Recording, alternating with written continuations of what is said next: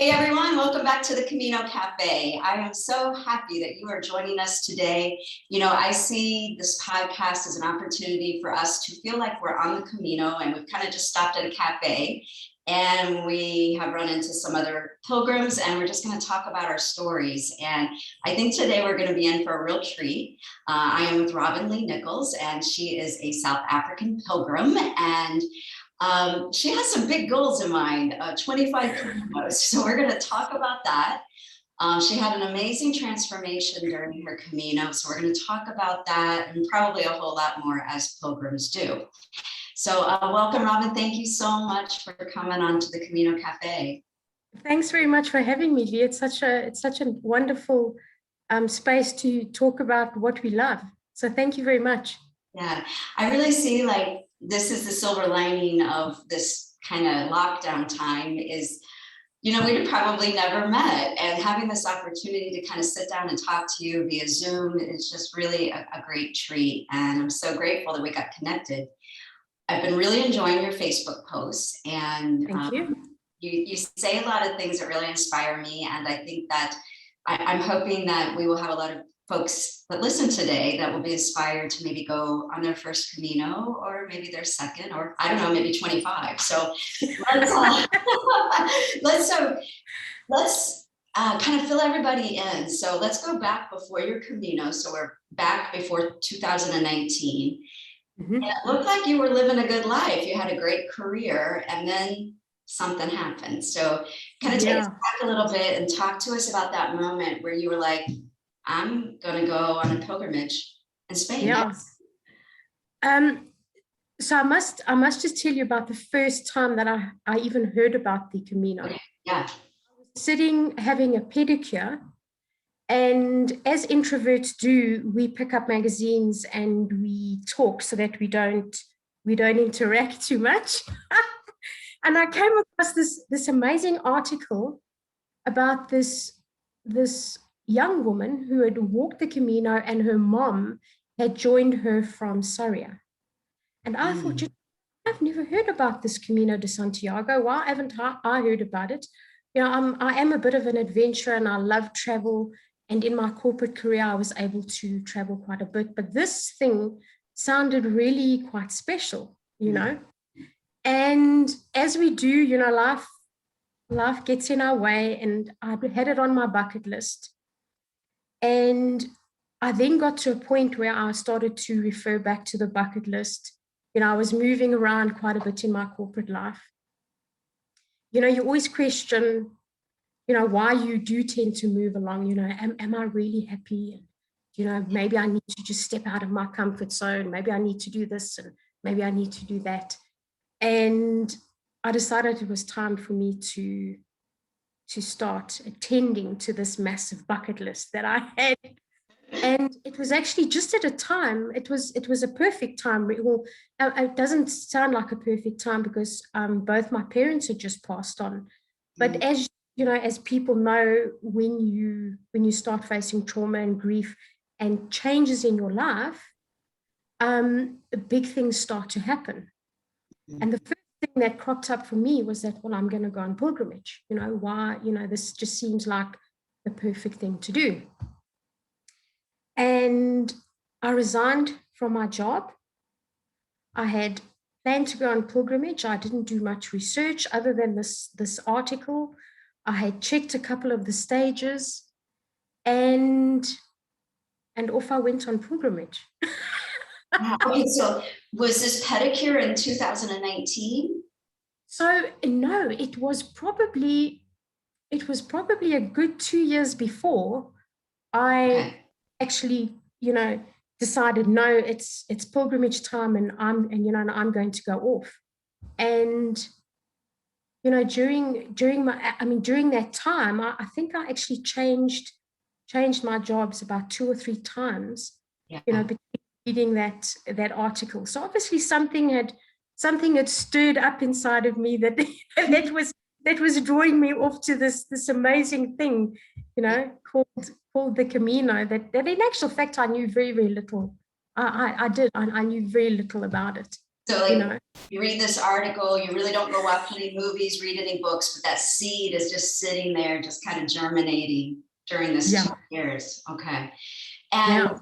so you were an adventurer before. Were you used to hiking and doing long-term walks, or like, what were your adventures like? Were we going to beach vacations? Were we going to exotic destinations? What was your adventure like prior to your Camino? So the only walking I'd ever done is probably just walking around cities that, you know, that I was traveling to on business. Not a long distance hiker. Probably, in fact, I'm probably better designed to swimming. Swimming has always been something that I have done. I've been swimming since I was a young child. So, you know, even the thought of going on this, you know, going on this long walk was probably not, you know, physically aligned to me. So it was definitely something that was inside, that was drawing me towards the whole principle of the pilgrimage. And now when I think about it, it's such an interesting question. When I think about it now, I don't think I ever considered that I was actually going to walk through Spain. Yeah. You know, you know, You I were just was, going on a pilgrimage. yeah, I was just going to go on pilgrimage. And I mean, I didn't even know what that, I didn't know what that meant. You know, it was just heartfelt, and it was something that I was called to do. It's, I don't think we would ever have the words to explain it to anybody, and anybody who hasn't gone on pilgrimage. You know, if you've got this feeling that's running around inside of you going, you know, I need to go, you absolutely have to answer that, you know, and go. Don't worry about the logistics and all of that. You know, just go, find people, because you will find people, and, you know, go off and do this amazing thing, because it's completely life-changing.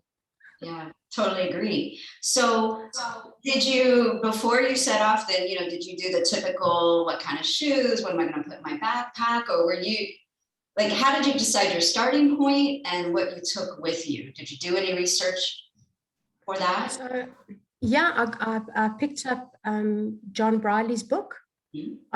I was walking the Camino Francaise, and to be completely honest with you, it was only when I got back that I realized that the Camino Francaise and the Camino de Santiago are two very different things.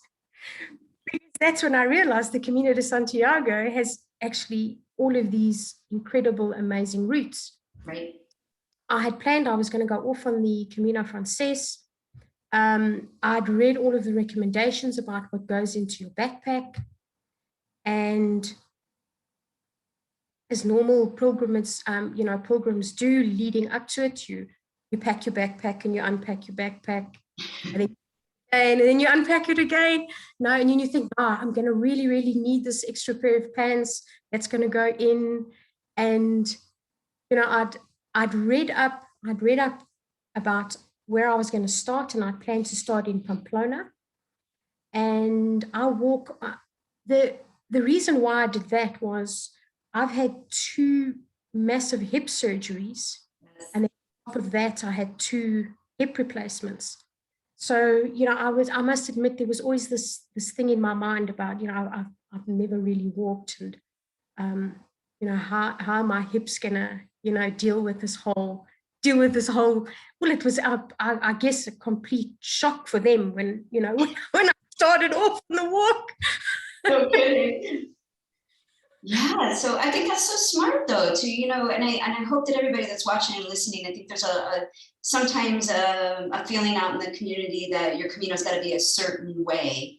And I feel very strongly that your Camino should fit where you are in life, and it should be the way that you need it to be. And I think honoring your body and saying, you know, this is where I need to start. This is what I think is best for me.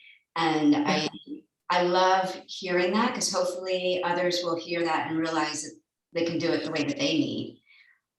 Looking back, starting in Pamplona, I would imagine was kind of fun because it's like, you know, it's a great city. Did you, you know, what did you feel that first night? So you know, the seed has been planted for a couple of years. Now you've made it to Spain. You've got this backpack, and I'm imagining, did you walk with poles? I did, yes. So you got all your stuff. What was that feeling like the night before you set off? Were you? I was petrified. I was absolutely petrified. I don't think I had done lots of adventures before, but this one was completely out of my comfort zone. Mm-hmm. And I don't think I slept, you know, I might have slept on and off, but when I woke up in the morning, I had this pit in my stomach that I actually can't explain. It was, I woke up and I thought, Robyn, what have you done? You're in Spain, you know, there's perfectly good cars that you could hire and travel around Spain, and you could actually be to Santiago in just a couple of hours. You know, you're now going to go off into the wilderness. You know, you don't even know the country. You don't speak the language. How's this? I was absolutely petrified. And the day before, I'd sent a message on one of the Facebook groups. I was sitting in a coffee shop just in the old town of Pamplona.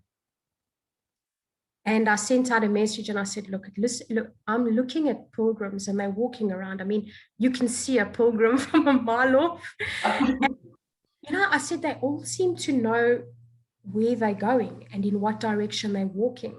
And I said, actually, I haven't seen any signs. And there was a lovely person that came on and said, I know how you're feeling. I don't want you to worry about anything. Tomorrow when you leave the hotel, because I know the hotel that you're staying at, this is what you've got to do. And she told me, you've got to turn right, you've got to go down the road, you've got to get to this intersection. There'll be a hotel across the road, go left, and don't stop walking. Don't stop walking. You'll be out the city, and then you will see Camino de Santiago signs all over the place. And then she said, don't stop following the yellow arrows. And that morning, that is all I thought about, was what that lovely person said to me. Because if I hadn't have had that message, I really don't think I would have gone. I was so scared. And as she said it, it's exactly what I did. And off I walked out into the beautiful country. And that was how my Camino started. And it really does. It just, you know, the journey just opens up for you as you go along, you know, and it wasn't long, you know, I was probably about 2 hours into my walk, and I was feeling settled. I was feeling peaceful. The hips were working perfectly. My walking poles were working perfectly. And yeah, it was just, you know, as you know, it's just something that you just walk and it just sorts itself out.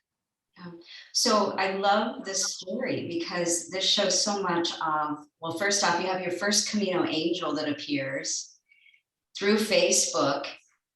Yeah. And says, hey, you're going to be all right. Just do this, right? And so you have this immediate community support, which is what I have felt so strongly within this Camino community, is that there's just this, after you've walked, I feel like there is just this incredible need to give back and help others that are getting ready to take on this pilgrimage. And you found that day one. That's amazing. Did you have other instances where you felt like angels, you know, Camino providing, where you're just like, wow, I didn't expect to be so supported? You know, it was really at the end of the day when I look back on what I'd seen, and the people that had just popped up on the route for me, you know. And it was actually a struggle for me. It was a difficult first day. It was a difficult first 3 days in actual fact. And people just came along the route exactly when you needed them. Yeah.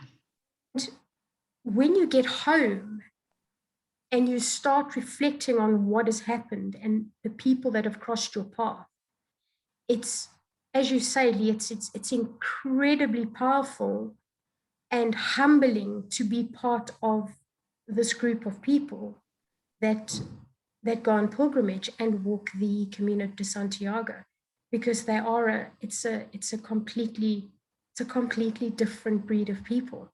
Yeah. And you know, when you, as you say, when you come back, you kind of just want to scream it from the rooftops, and you know, everybody should have this experience, this wonderful experience, to go off and do this amazing thing. Yeah, right. Like we can't stop talking about it, and no. It's so genuine, and you can just feel the energy from everyone. Yesterday, I think, or recently, you posted a Joseph Campbell quote about following your bliss. And I wonder, like, now that you look back, you were following your bliss in that moment. What did you think you were seeking?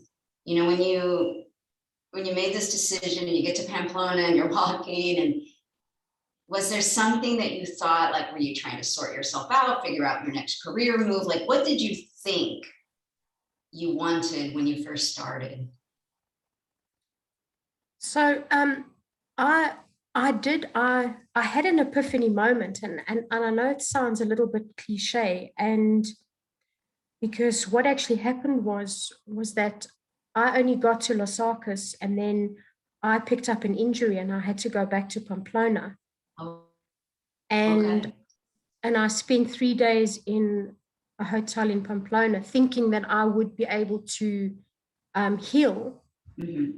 And it just didn't get any better. My leg and my hip just didn't get any better. And then I came home and then went back again. Oh, I love this. to finish what I'd started. And when I got home the first time, I was exceptional. I was very, very sad. And I was very, you know, I kind of beat myself up, because up until that point in my life, I'd never finished a lot of things. And I realize now that I didn't finish it because, you know, my core values weren't being met in my corporate career. But frankly, if you'd asked me about core values then, I wouldn't even have known anything about it. And I knew that I had to go back and finish what I'd started. So I went back and started in Osabrero, and then walked the last bit of that. And there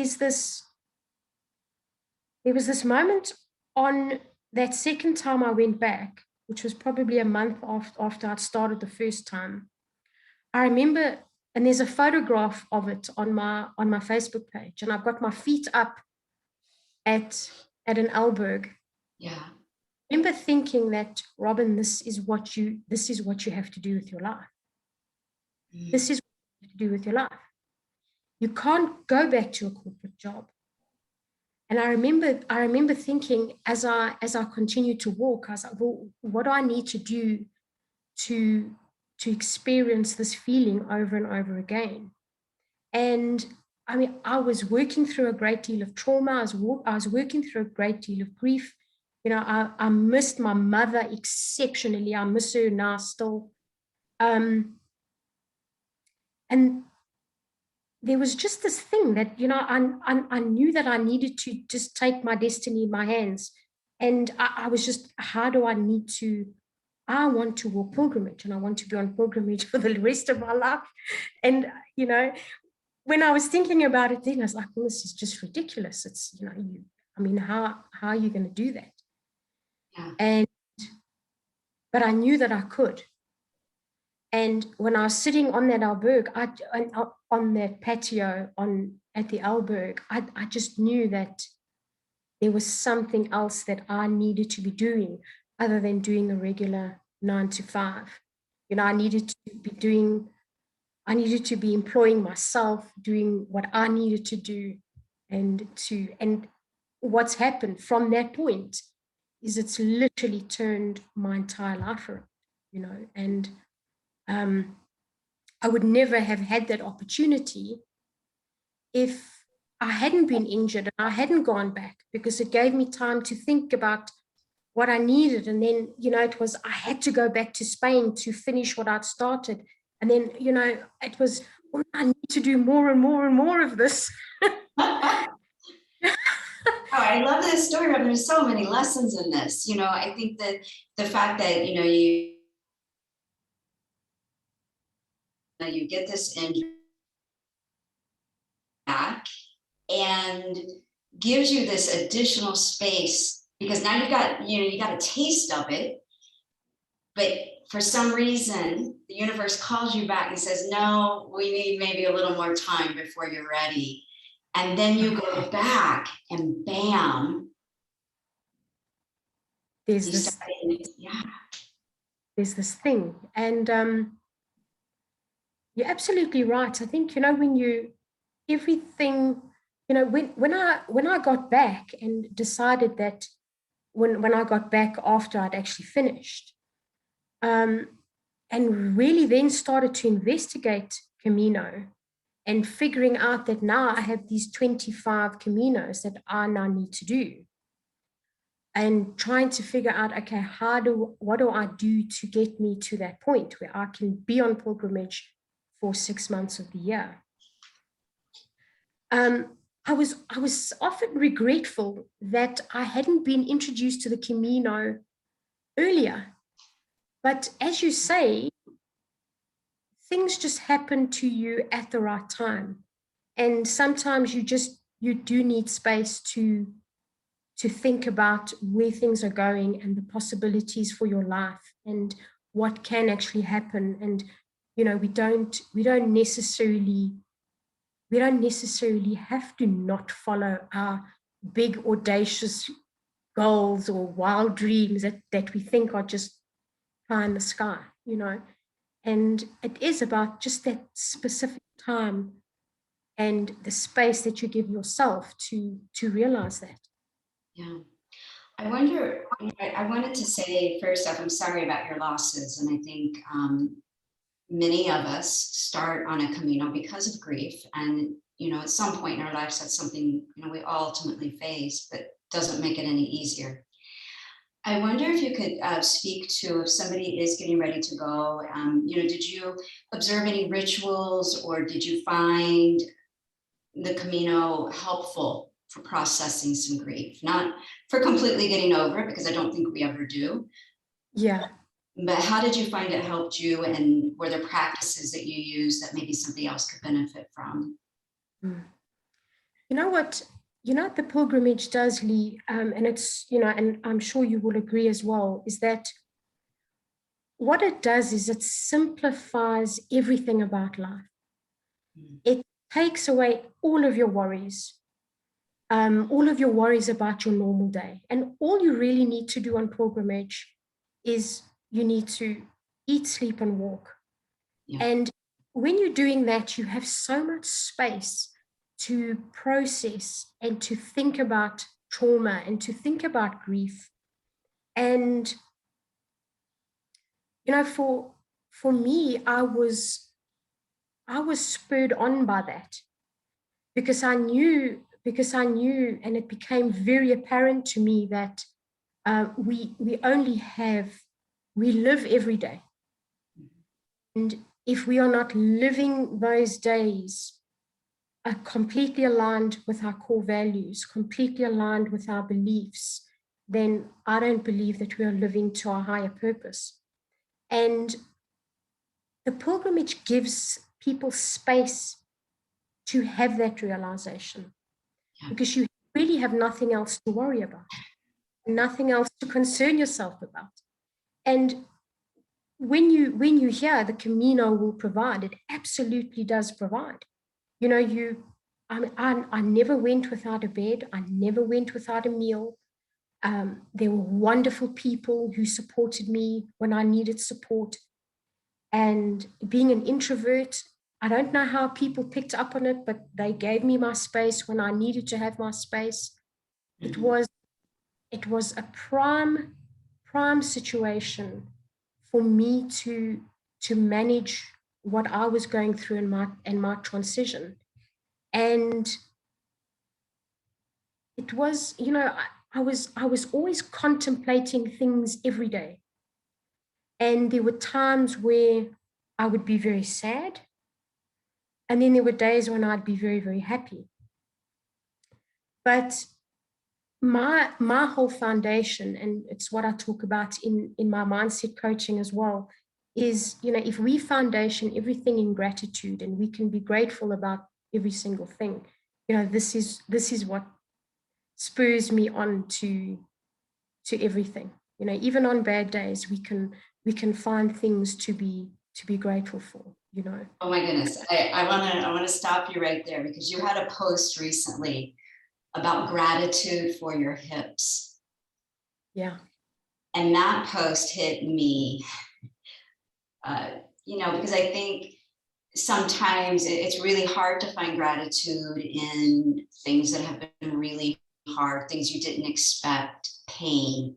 And I wonder if you could kind of speak to that a little bit right now, is how did you find the gratitude for what you've gone through with your hips? And maybe kind of tell everyone a little bit about what you wrote there, because it was really, really great.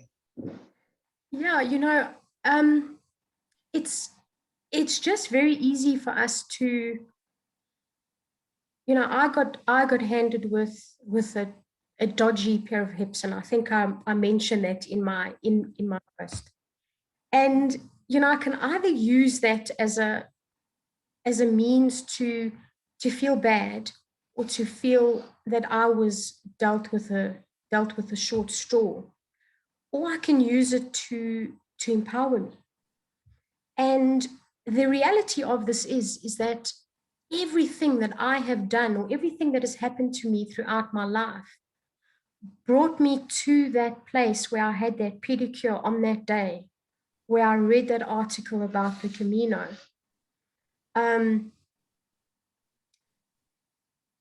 You know, I just think that our journey and what happens to us is purposeful. And whether there's pain on that journey, you know, I'm certainly not downplaying pain, because it's not, I mean, it's not the best state to be in, but often pain can lead to a higher purpose. Yeah. And, you know, if I look at myself now, I wouldn't be where I am now if I hadn't had my two big hip operations. And I went and had a hip replacement because, you know, I knew that there was, you know, I mean, I was walking when I was traveling, whether it was around cities and things like that. And I love to do that. And I knew that I had to have a hip replacement to maintain that part of my life that I loved. At the time, I didn't know I was going to be off walking pilgrimage. But, you know, often pain is your purpose, and you have to honor that pain. And then you have to go, you know, how can I use this to my advantage, and how can I use it to other people's advantage? Mm-hmm.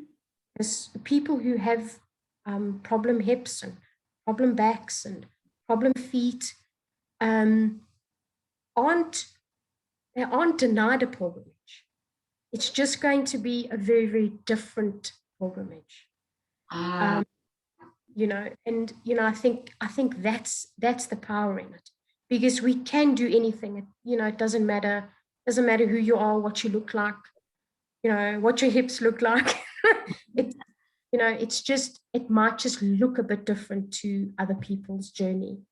And yeah, sometimes I always, you know, I like that thing, pain is your purpose. And it just, you know, it can just spur you on to much bigger things in your life.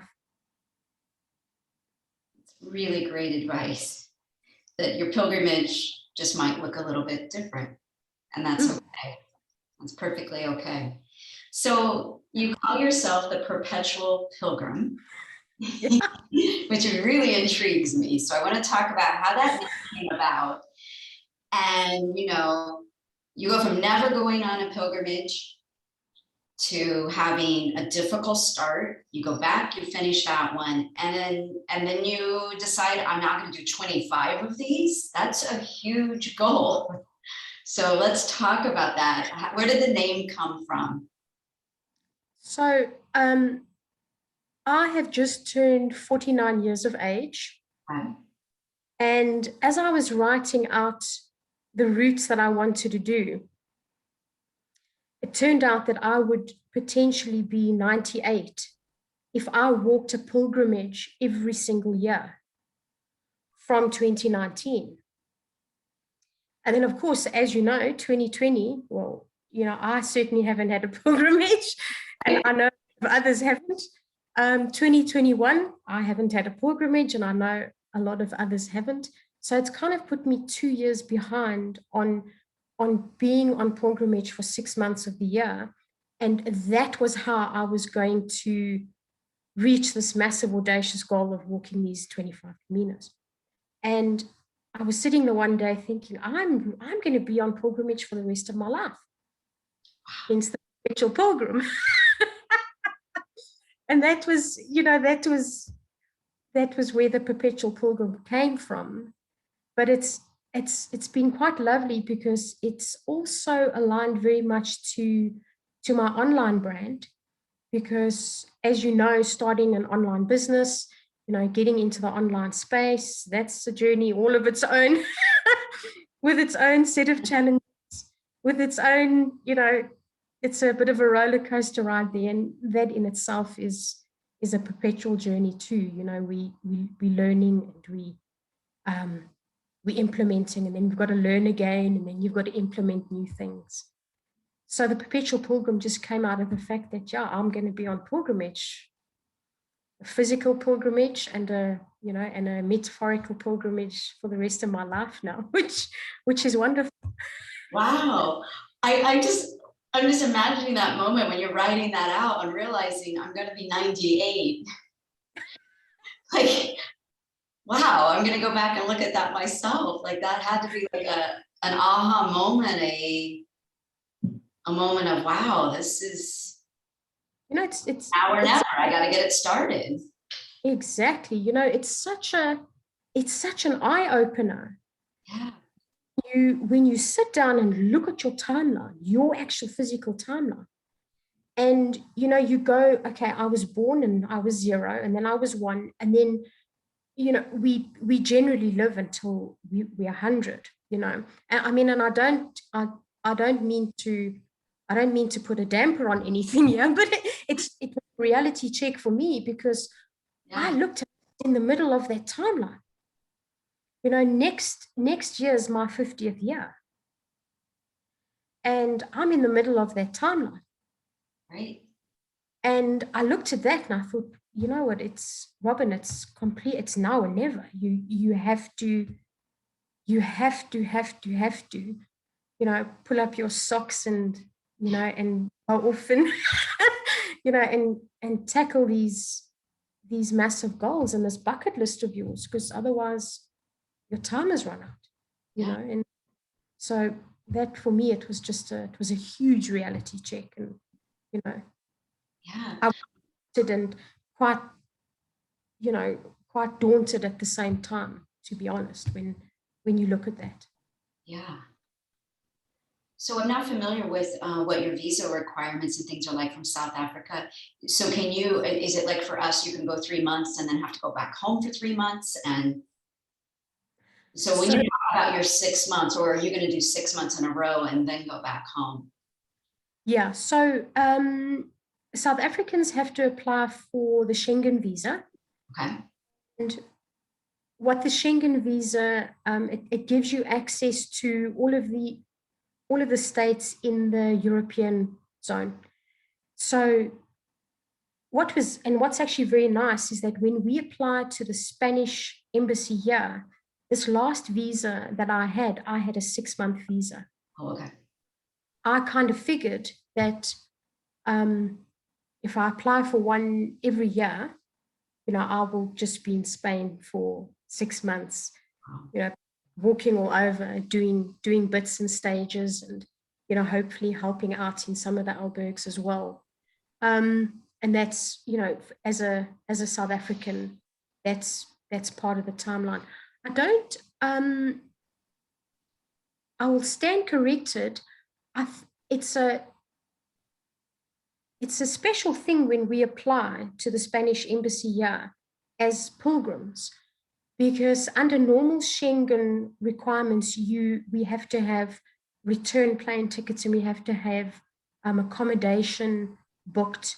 What we do is we get a letter from our local association here.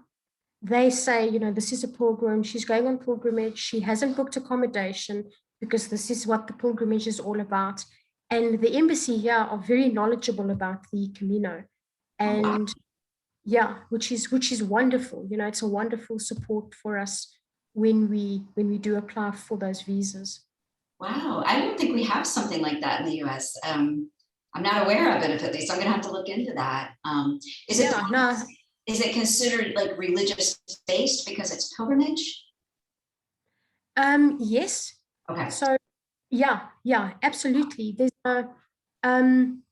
actually 2 letters that we get. The one letter is to state that this person is a pilgrim, and then there's another letter which is all written in Spanish, which says that this person is, she's specifically doing this particular route. This is where she's starting, and it's simply pilgrimage, and she's going on this journey, which is a lovely thing when you think about having to apply for those visas. Okay, so if we go to 2022, hopefully, Mm-hmm. you're setting foot again in Spain. Yes. So you've already done the Francaise. Are you going to go back and do any part of that? Are you, do you have, I'm imagining you sound like you pretty much are planning this out. So what routes would be at the top of the list for the next 6 months when you get to be there? Yeah, so the next one is the Portuguese route. And what I will do is I will then go on to the Inglés, and then I'll also do the Finisterre route as well. So what is that? That's 3 Caminos. We have to 4. You'll have your Francaise already done. So I'm moving along nicely. Yeah. Fantastic. And yeah, I'll certainly, I'll certainly see how it goes, because I've got the Camino del Norte, which is very high on my list as well, and the Primitivo, which is something that I absolutely have to do, and and then what I'd love to do is do the Francaise from Saint-Jean-Pied-de-Port all the way to the end, in Finisterre, in one route as well. So, but I think I would have freed up my time quite nicely to actually achieve that. So, I'm very positive about 2022. Yes. I love how when you came back that then you changed your job so that you could work online, which is enabling you, I'm guessing. So you're just going to put you're carrying your laptop and you're going to be coaching from the path. Is that the plan?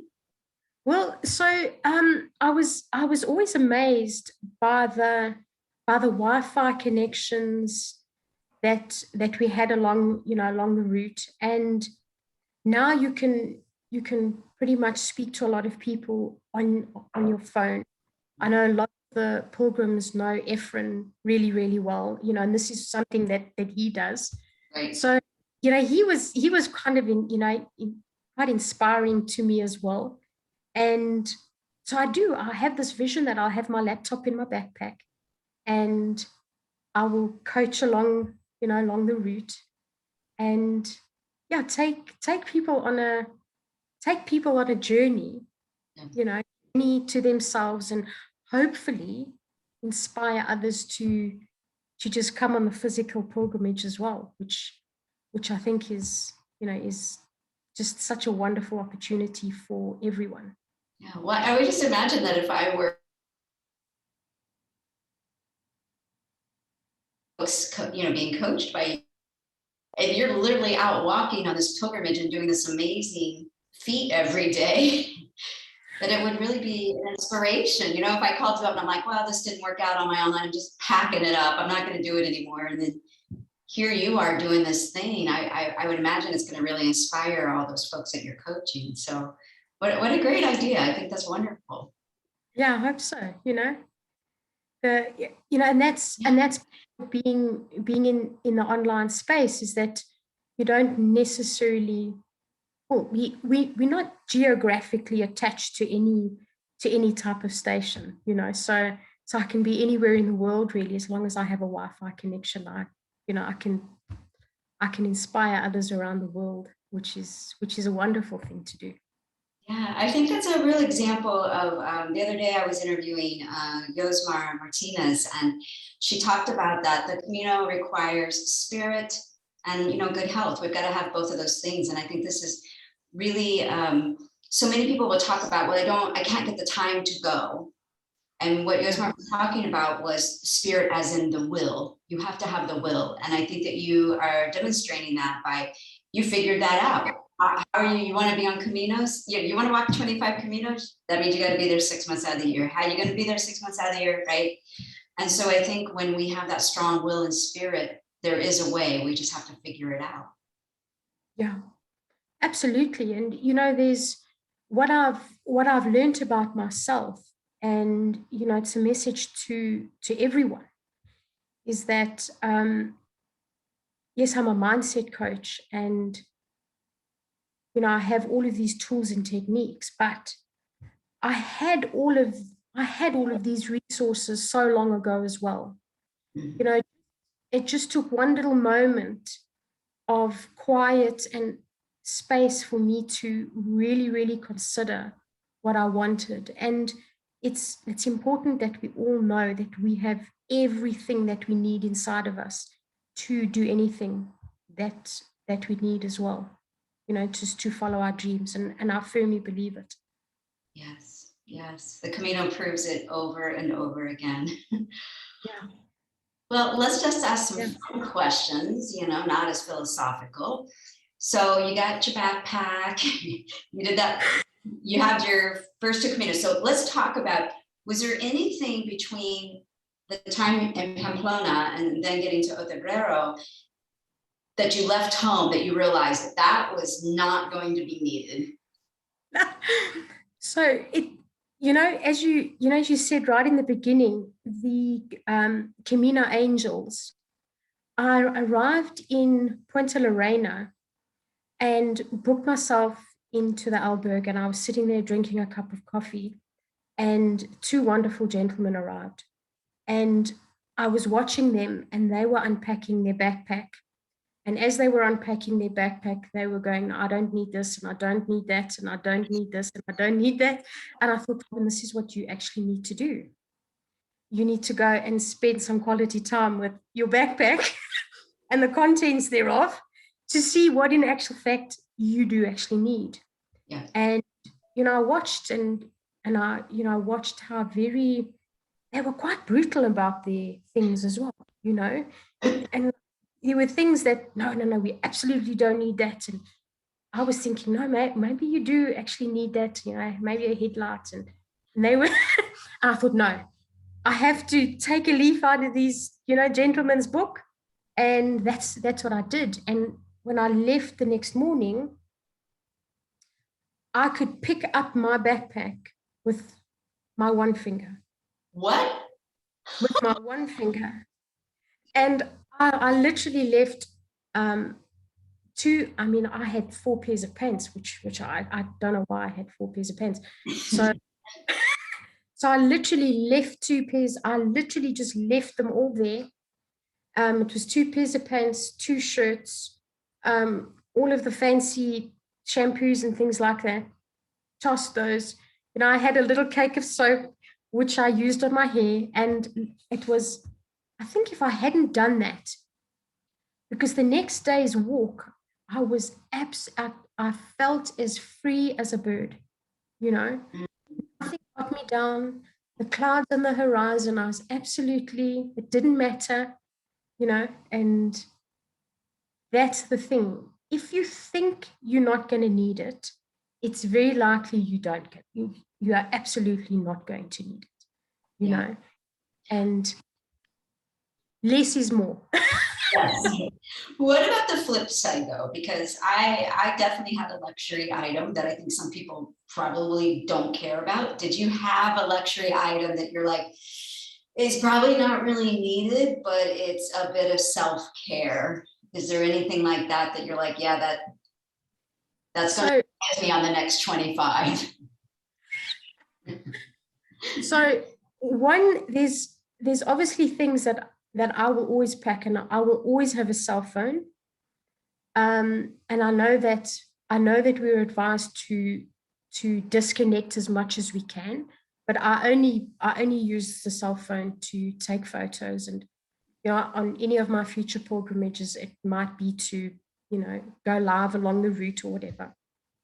I always have to have lip ice, which is a South African product. I'm not sure if you have it in. What is it? It is the best lip balm you will ever have. What's it called? Lip ice. Lip ice. And people who know me in South Africa know me that I never go far without my lip ice. I've always got lip ice with me, and it's wonderful because it serves as, first, it's great for your lips, and that's its purpose.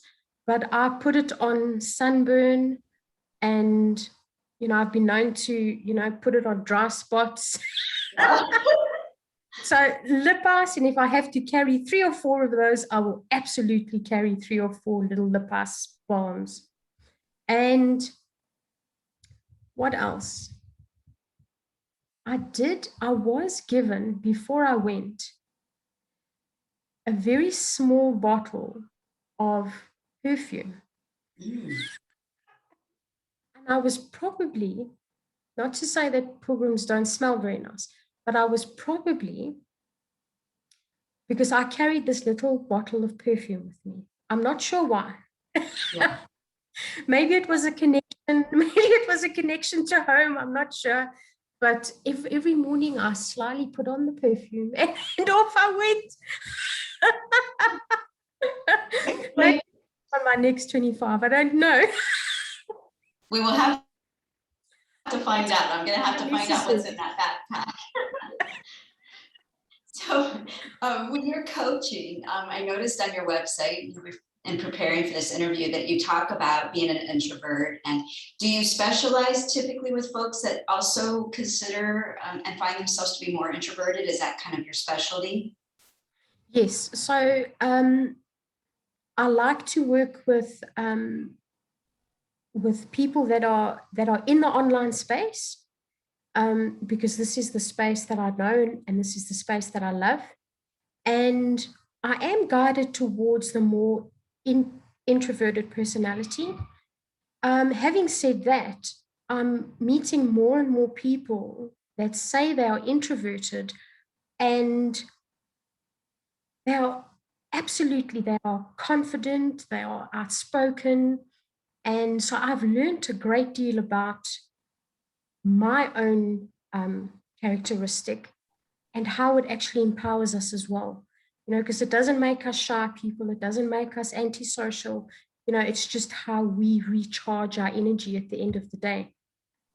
So I am guided to that characteristic, and it seems that in my messages, a lot of people come to me tend to be a little bit on the quiet side. And, I find them, it's a great connection, because we can talk about what makes us introverts. And being in the online space as well is it's sometimes difficult to navigate when you are an introvert. Yeah. Because you have to, there's a certain amount of content that you have to put out, you have to engage, you have to add value all of the time. And at the same time, we have to be very mindful to take care of our energy as well.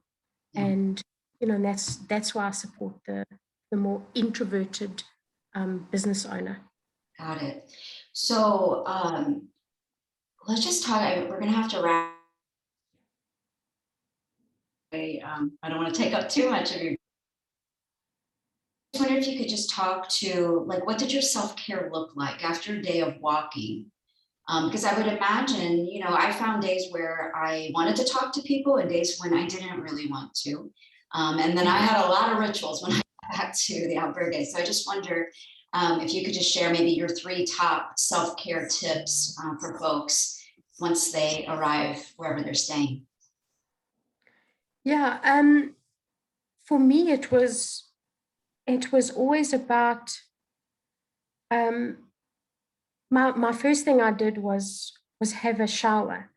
That was a wonderful time for me to, and not that I stood in the shower for a very, very long time, but it was a nice place where I could literally just be in my own space, and obviously have that time where I can rethink and contemplate the day.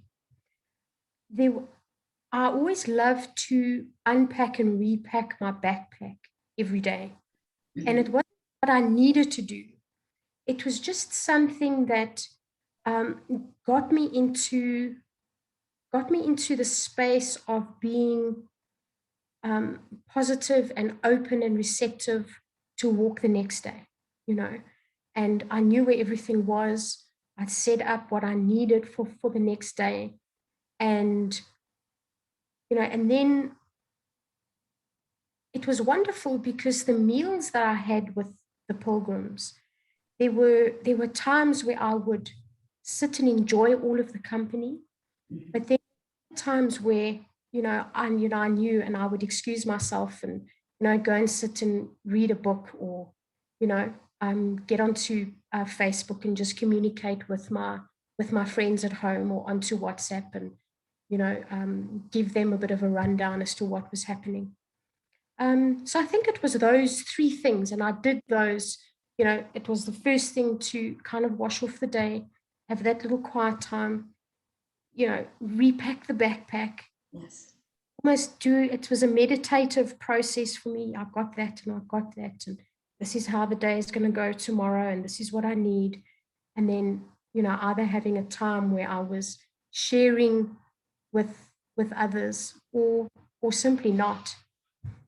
And I think this was very eye-opening for me as well, because the other pilgrims really did give me a lot of space. There would be people that came and sat, at the same table, and we would greet each other, but sit there very quietly. And then there were other times where we would share the day, or what was actually happening, which was lovely. Wonderful. Well, I want everyone to know that I'm going to list, of course, your website, and that way, if somebody wants to learn a little bit more about you and your coaching, they'll have an opportunity to check in with you.